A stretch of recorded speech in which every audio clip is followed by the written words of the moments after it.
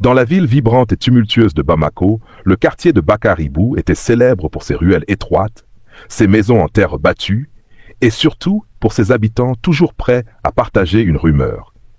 Pourtant, depuis quelque temps, une maison attirait plus que de simples regards curieux. Une villa flambant neuve, immense, trônait fièrement au cœur du quartier et retenait l'attention de tous les passants. Elle appartenait à Moussa, un homme d'affaires qui avait connu une ascension aussi soudaine que mystérieuse. Autrefois commerçant modeste, Moussa roulait désormais en voiture luxueuse et investissait dans des entreprises à succès. Mais cette richesse fulgurante éveillait des soupçons. Au début, tout le monde l'admirait. « Ah, Moussa, quel homme! Quelle réussite !» disaient certains. Mais très vite, les murmures devinrent des suspicions. « Tu sais, on dit qu'il a rejoint une secte, ou encore, il paraît qu'il fait des choses terrifiantes. » Dans tout le quartier, on chuchotait même qu'il avait vendu son âme pour une fortune diabolique.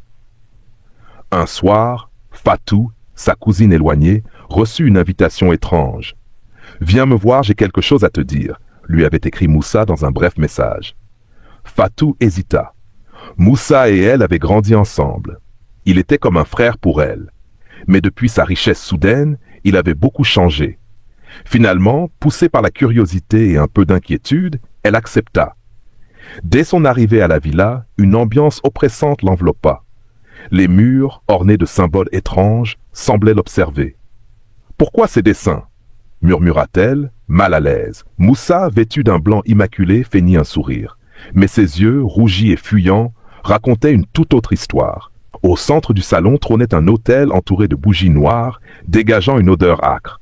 Fatou sentit un frisson lui traverser le dos. Toutefois, elle ne se sentait pas en danger, se disant qu'elle était chez son cousin. « Moussa, comment as-tu fait pour devenir si riche ?» demanda-t-elle, tentant d'être directe. Il hésita, puis répondit d'une voix faible, « Tout a un prix, Fatou, un prix que tu ne comprendrais pas. » Bien qu'intriguée, Fatou n'accorda pas d'importance aux dires de Moussa. Cette nuit-là, troublée, elle ne put trouver le sommeil. « Quelque chose cloche ici », se dit-elle, incapable de chasser une sensation d'angoisse. Poussée par une curiosité irrépressible, elle sortit discrètement de sa chambre. À l'étage, une porte verrouillée attira son attention. Approchant doucement, elle colla son oreille contre le bois. Des murmures. Non, des incantations. Un souffle froid parcourut le couloir. Soudain, la porte s'ouvrit brusquement et un homme grand, vêtu d'une cape noire, apparut devant elle. Son regard perçant la paralysa. « Tu ne devrais pas être ici, » dit-il d'une voix grave et résonnante. Terrifiée, Fatou retourna dans sa chambre. Mais ce qu'elle ignorait, c'est qu'elle venait d'interrompre un rituel crucial. Elle passa le reste de la nuit à prier que le jour se lève. Au petit matin, un bruit à sa porte la fit sursauter.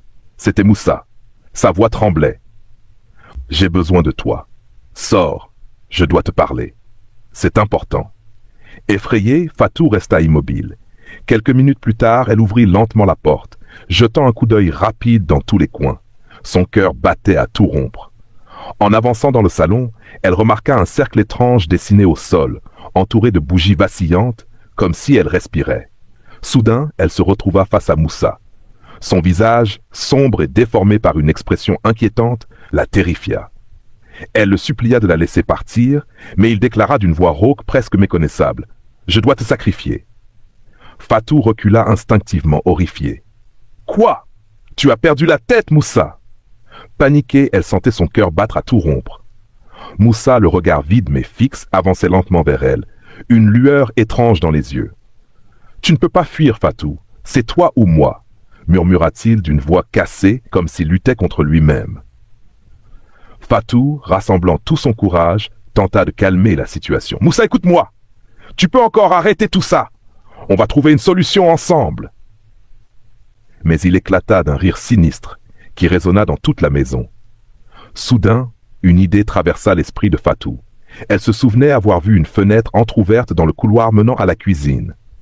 Sans perdre une seconde, elle se mit à courir de toutes ses forces, esquivant Moussa qui tentait de la rattraper. En atteignant la cuisine, elle trébucha sur un tapis, mais se releva rapidement. Elle poussa la fenêtre et, avec une agilité qu'elle ne se connaissait pas, se hissa dehors. Elle réussit à arrêter une voiture. Le conducteur, voyant sa panique, accepta de la ramener chez elle. Mais cette nuit-là, elle ne dormit pas. Les images de Moussa, du cercle et des bougies tournaient dans sa tête. Moussa, n'ayant pas pu mener à bien le sacrifice, vit sa vie basculer.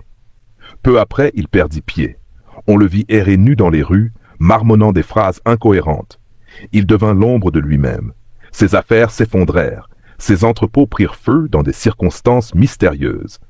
Les voisins, terrifiés, rapportèrent avoir vu des ombres danser autour de la villa.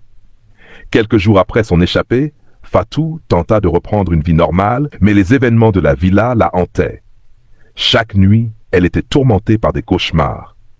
Profondément troublée, elle se rendit dans une église pour chercher des réponses. Le pasteur l'écouta attentivement, priant pour elle avec une intensité rare. « Tu es en danger, ma fille, » lui dit-il. Ce que Moussa a fait a ouvert des portes qu'il ne pouvait refermer. Avant de partir, il lui remit des versets à lire et une bouteille d'huile d'onction. Apprenant que la maison de Moussa était désormais inhabitée, Fatou retourna seul à la villa, déterminé à comprendre ce qui s'y était réellement passé. Chaque fibre de son être lui criait de ne pas y aller, mais sa curiosité l'emporta. Moussa, dans sa folie, a peut-être laissé des indices, se disait-elle. Dans une pièce secrète, elle trouva un cahier rempli d'incantations, des noms de victimes, y compris le sien, et des instructions pour invoquer des entités sombres. Horrifiée, elle déchira les pages contenant les noms des victimes et quitta précipitamment la maison, jurant de ne jamais y retourner. Cependant, sa curiosité eut un prix. Peu après, des événements étranges recommencèrent à se produire chez elle. Des objets bougeaient seuls. Une voix rauque la réveillait chaque nuit. « Il est trop tard !» murmurait un souffle glacial alors qu'elle priait pour sa protection. Paniquée, elle retourna à l'église, où le pasteur entreprit des prières de délivrance. Mais les forces qu'elle avait croisées semblaient tenaces. Quelques semaines plus tard, Moussa disparut. On ne le voyait plus dans les rues. Jusqu'au jour où l'on retrouva son corps près d'une rivière, son visage figé exprimant une terreur indicible. La villa, laissée à l'abandon, devint un lieu que personne n'osait approcher. Aujourd'hui encore, les anciens de Bakaribou avertissent les jeunes. La richesse facile vient toujours avec un prix. Les esprits réclament toujours leur dû. La villa, sombre et silencieuse, reste un symbole glaçant d'un pacte interdit.